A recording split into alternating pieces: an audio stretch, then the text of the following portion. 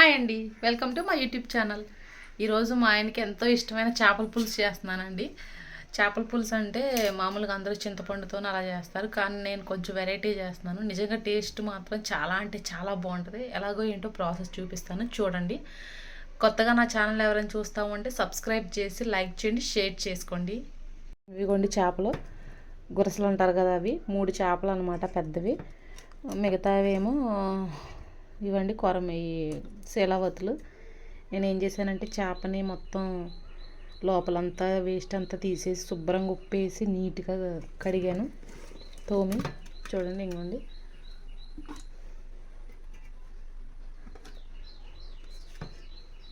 మూడు అనమాట ఇవి పెద్ద చేపలు. ఇవి ఏంటంటే ఇవి శీలావతులు అని చెప్పాను కదా. కొన్ని నడుము ముక్కలు ఏం చేశానంటే ఫ్రై కోసమని తీసా. మా అబ్బాయికి చాలా అంటే చాలా ఇష్టం ఫ్రై. చేపల కూర కూడా చాలా ఇష్టంగా తింటాడు. చికెను, మటను అవన్నీ తక్కువ. చేపల కూర, చేపల ఫ్రై అంటే వాడికి ఎంతో ఇష్టం, అంటే చాలా ఇష్టం. చూపిస్తాను వాడి రియాక్షన్ కూడా సాయంత్రం వచ్చిన తర్వాత. ఇదిగోండి,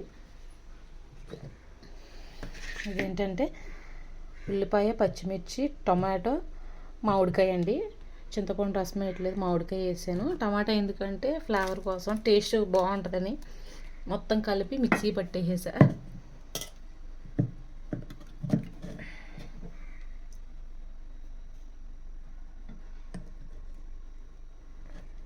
దీంట్లో ఇంకా కొంచెం ఉంది, లాస్ట్లో కొంచెం వాటర్ పోసి తిప్పుతాను అనమాట. అల్లం పేస్ట్,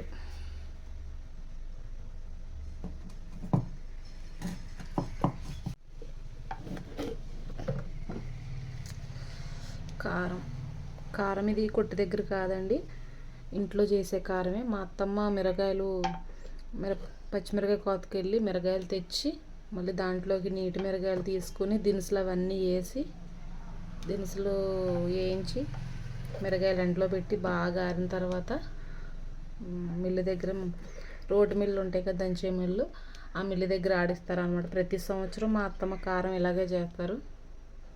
కొట్టుల దగ్గర కారం అస్సలు కొనం.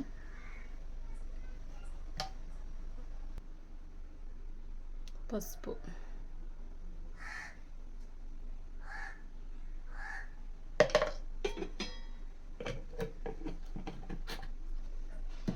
చాలామంది సాల్ట్ వేసుకుంటారు, కానీ కల్లుప్పు వేసుకుంటే టేస్ట్ బాగుంటుంది కూర. నేను ఎక్కువగా కల్లుప్పే వేస్తానమాట. ఫ్రైల్లోకి మాత్రం సాల్టే వాడతాను, కర్రీస్లోకి ఎక్కువగాను కల్లుప్పే వాడతాను.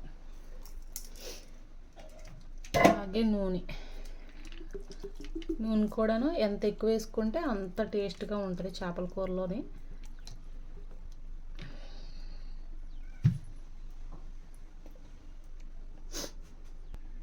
కొద్దిగా పెరుగు,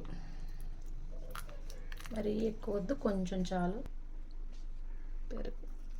ఇదంతా కలుపుకోవాలి, మొత్తం మసాలా అంతా దీనికి పట్టేటట్టు కలుపుకోవాలి. చూడండి, కలుపుతాను. చేప లోపలికి వెళ్ళేటట్టు మొత్తం ఇదంతా మిక్స్ చేసుకోవాలి బాగా.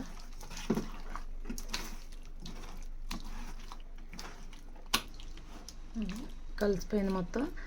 అలాగే మామిడికాయ టెంక ఉంది కదా, అది కూడా వేసేస్తున్నాను. కొంచెం పులుపు దానం ఉంటే లాక్కుంటుంది అనమాట, ముక్కలకు పట్టేసిద్ది, అందుకే దీంట్లో వేసాను నేను. లాస్ట్గా వాటర్ అనమాట.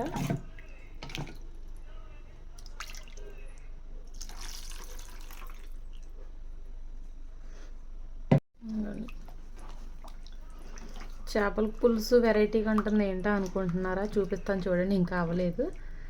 ఇక పులుసు వేసేసాను కదా, ఇది మొత్తం కలిసిపోయేటట్టు తిప్పుకోవాలి అండి పులుసు.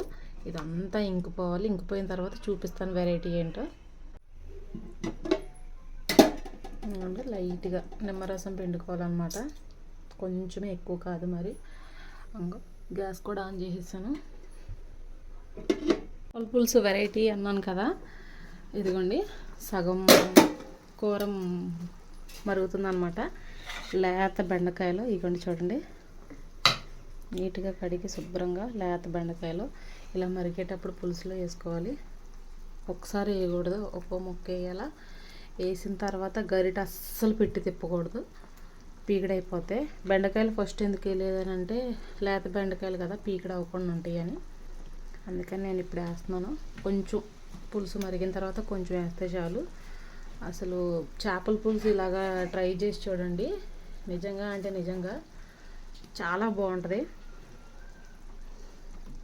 మా మమ్మీ చెప్పారు బెండకాయ వేసి ఉంటే బాగుంటుందని. మా ఆయన కూడాను ఇక్కడ చూసారంట, ట్రై చేస్తున్నాను. ఒకసారి చేశాను ఆల్రెడీ, బాగా వచ్చింది. రోజు వీడియో తీయలేదు సరిగ్గా. ఇదిగోండి, ఇంకా అలాగే ఉంచాలి, అస్సలు కదపకూడదు.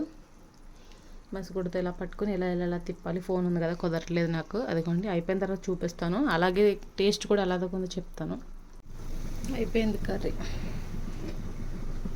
అదిగోండి టేస్ట్ కూడా చెప్తాను. కర్రీ అయిపోయింది, ఇంకో పక్క ఫ్రై అన్నమాట. కర్రీ అయితే అయిపోయింది, టేస్ట్ చేస్తున్నాను అనమాట.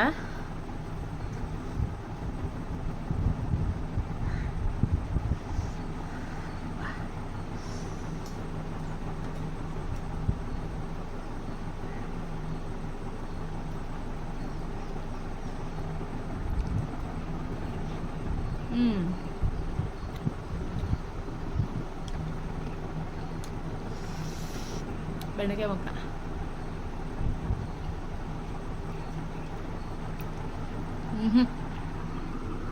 Super, super curry.